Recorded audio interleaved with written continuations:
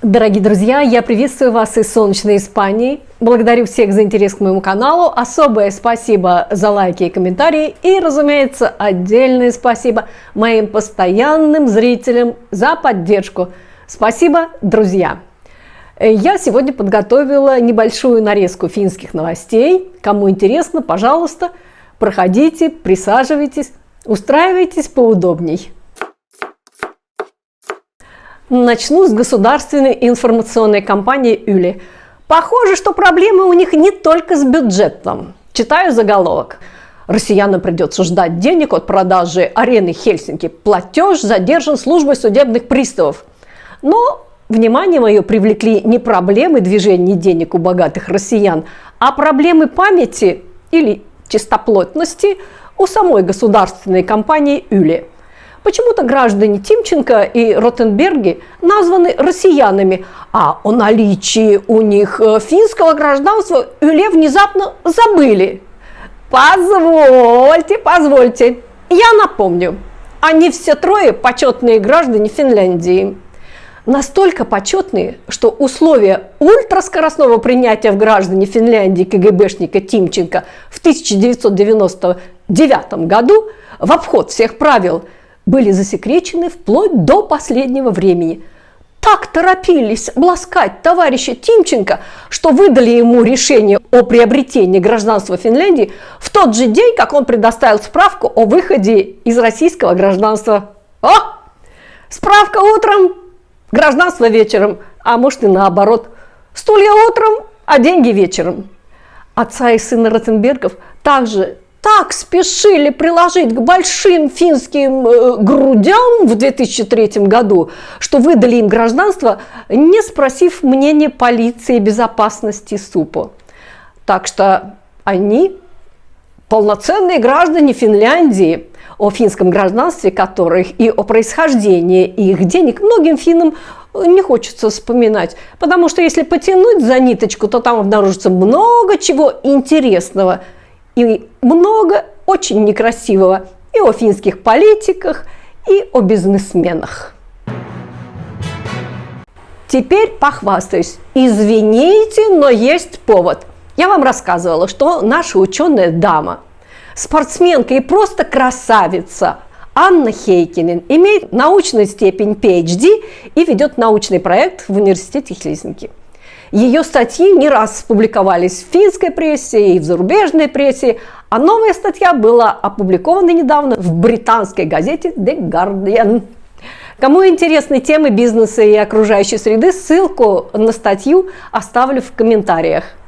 Упомянули, что The Guardian – это одна из немногих глобальных газет, которые принадлежат не частным лицам или корпорациям, а независимому трасту, что помогает сохранить журналистскую объективность и независимость. Аня, мои искренние поздравления. Ну, честно, гордимся. С августа этого года вместо субсидий на жилье студенты будут получать специальную студенческую надбавку. Это означает, что общая сумма субсидий уменьшится, но количество получателей увеличится. Наверное, студентам придется ужаться в жилищных стандартах. Либо будут снимать отдельные квартиры поменьше и подешевле, либо популярность наберут коммуналки. Эксперты предупреждают, что аренда квартир в дешевых районах может неожиданно вырасти из-за увеличения спроса, а в дорогих районах, наоборот, снизится. Финское правительство планирует сэкономить 70 миллионов евро, сократив, по крайней мере, вдвое количество получателей прожиточного минимума Toimeentulotuki. Для этого предлагается расширить возможности для урезания пособия. Сейчас пособие в месяц составляет 593 евро в месяц на одинокого человека. И его могут уменьшить на 20 или 40%, если человек вообще не зарегистрируется на бирже труда как безработный. В будущем основанием для уменьшения пособий могут стать также невыполнение требований биржи труда по поиску работы, либо отказ от какой-то программы занятости. В таком случае безработный потеряет не только пособие по безработице, но и часть минимального социального пособия, которое обычно компенсирует потерю пособия по безработице. В первый месяц пособие урежут на 20%, а потом на 40%. Если человек не подает заявку на получение первичных других пособий, таких как пособие по безработице или студенческая стипендия, то базовое пособие будет уменьшено на 50%. Рабочая группа предлагает отменить так называемый защитный порог пособия. В настоящее время получатель может зарабатывать до 150 евро в месяц без снижения размера выплат. Защитные пороги уже были отменены ранее в этой парламентской каденции в пособиях по безработице. Планы правительства дальнейшего урезания социальной помощи вызывают понятное беспокойство среди тех, кто живет на пособие. 37-летний Яко Сундберг, живущий на пособие, считает, что сокращения основаны на ложной идее о том, что большинство получателей соцпомощи – это трудоспособные, но ленивые люди. По мнению Яко, среди них много хронически больных и нетрудоспособных людей, но они не могут оформить инвалидность из-за строгих правил. Сундберг сам страдает от хронических болей, которые начались еще в 2017 году. Он многократно подавал заявки на пособие по инвалидности, но получал отказы. Ему приходится выживать на базовые пособия, которые могут сократить вдвое, если он откажется от общественных работ. 32-летняя Петра Коскела страдает от эндометриоза, из-за которого испытывает сильные боли и была вынуждена прервать учебу.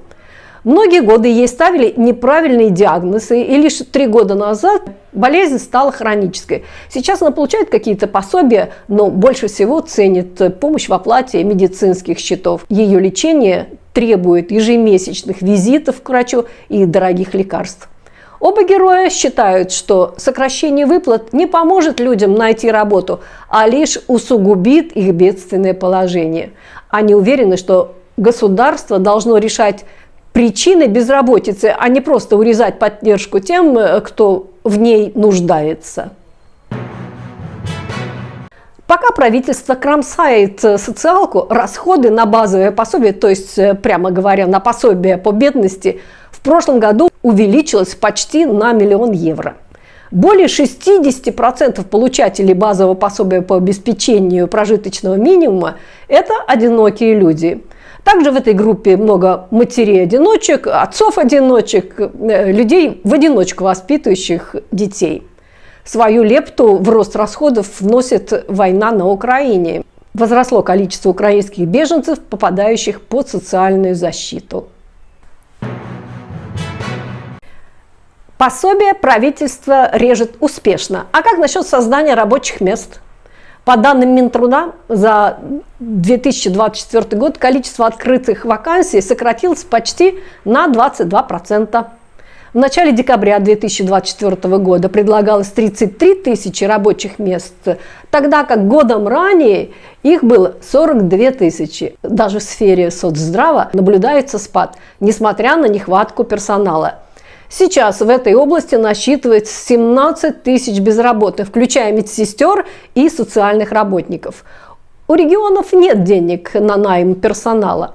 Ожидается, что уровень безработицы немного вырастет, но к концу этого года ситуация может начать улучшаться. Несколько лет назад Петр Трофимов получил политическое убежище в Финляндии. В июле прошлого года ему предложили работу сварщиком на стройке в городке Kokkola. Петр подписал контракт с фирмой по аренде персонала. На следующий день сотрудник фирмы-посредника вновь позвонил и сообщил, что на проект в Kokkola не берут граждан России и Белоруссии. Агентство регионального управления не обнаружило дискриминации, все по закону. Хотя Трофимов предоставил запись телефонного разговора, агентство заявило, что запись телефонного разговора невозможно подтвердить, и поэтому ее не учитывают в решении. Давай, Петр, до свидания!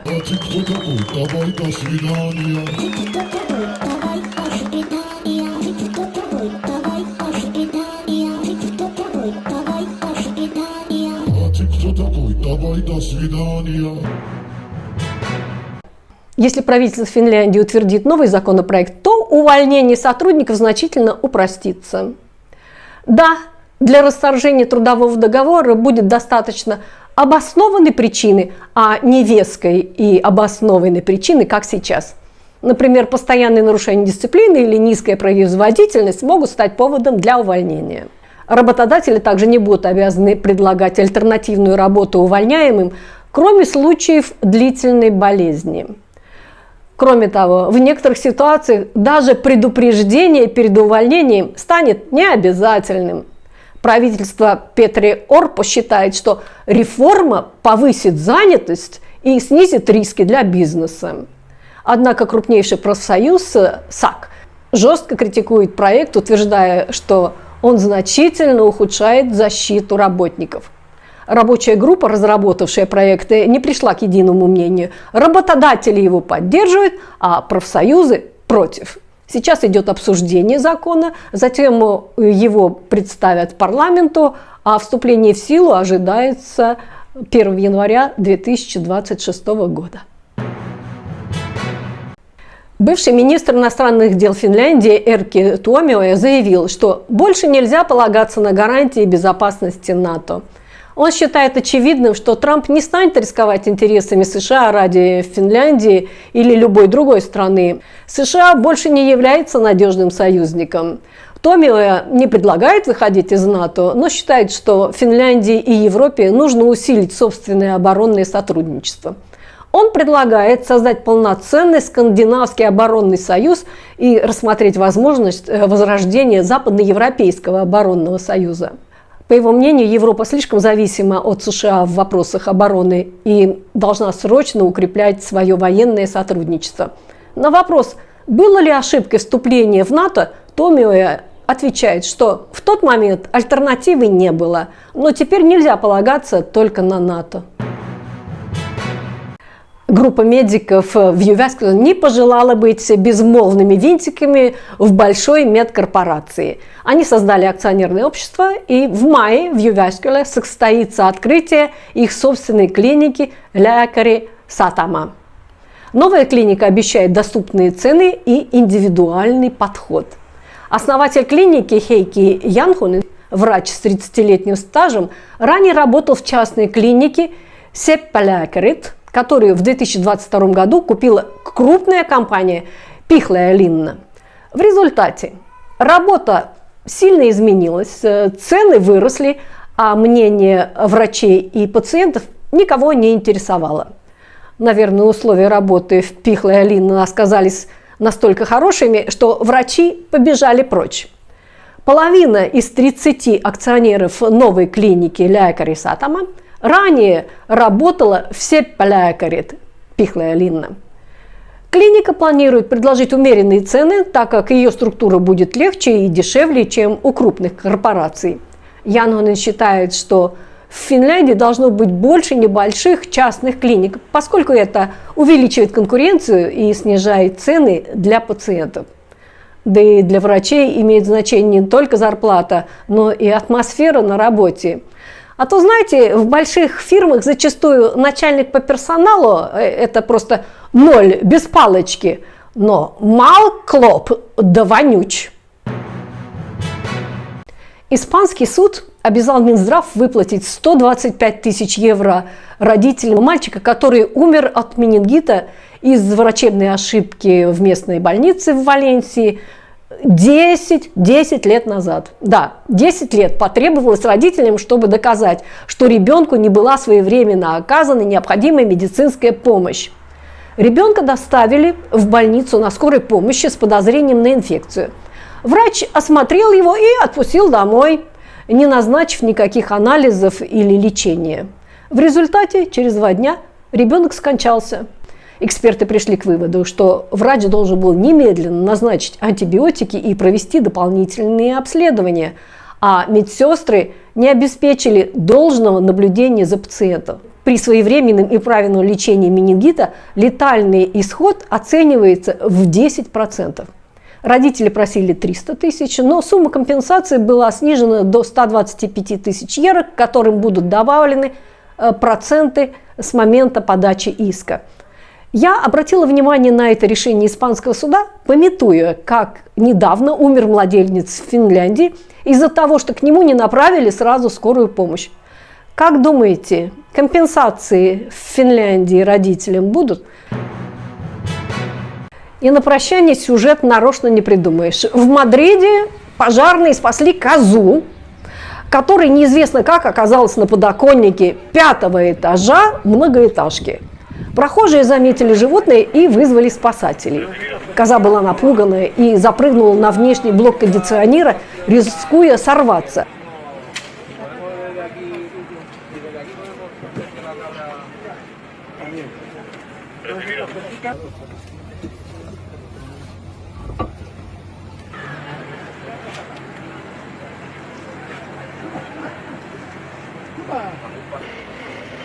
Чтобы ее успокоить, пожарные предложили козе морковь и салат, а затем с помощью импровизированного мостика помогли перейти в безопасное место.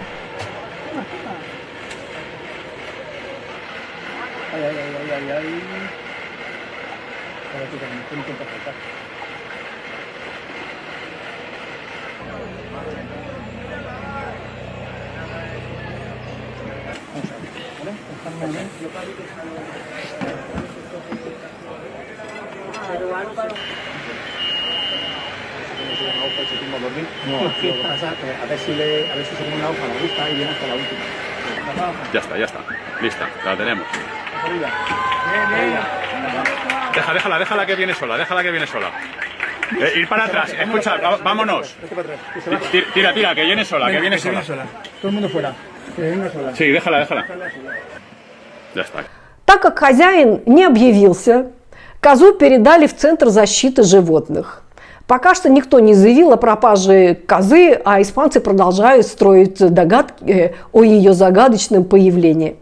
Кстати, испанцам разрешили включать в налоговые вычеты расходы на ветеринара для домашних питомцев. Вот так.